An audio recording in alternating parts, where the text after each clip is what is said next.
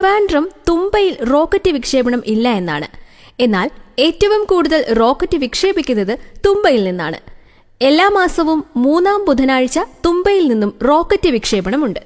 ഇന്ത്യയുടെ സാറ്റലൈറ്റുകൾ നിർമ്മിക്കുന്നതിനാവശ്യമായ ബഹിരാകാശ പഠനം നടത്തുന്നതിനുള്ള ഉപകരണങ്ങൾ വഹിച്ചുകൊണ്ടുള്ള റോക്കറ്റുകളാണ് എല്ലാ മാസവും തുമ്പയിൽ നിന്ന് വിക്ഷേപിക്കുന്നത്. പൊതുജനങ്ങൾക്ക് ഇത് നേരിട്ട് കാണുന്നതിന് ഓൺലൈനായി അപേക്ഷിക്കുവാനുള്ള സൗകര്യവുമുണ്ട്.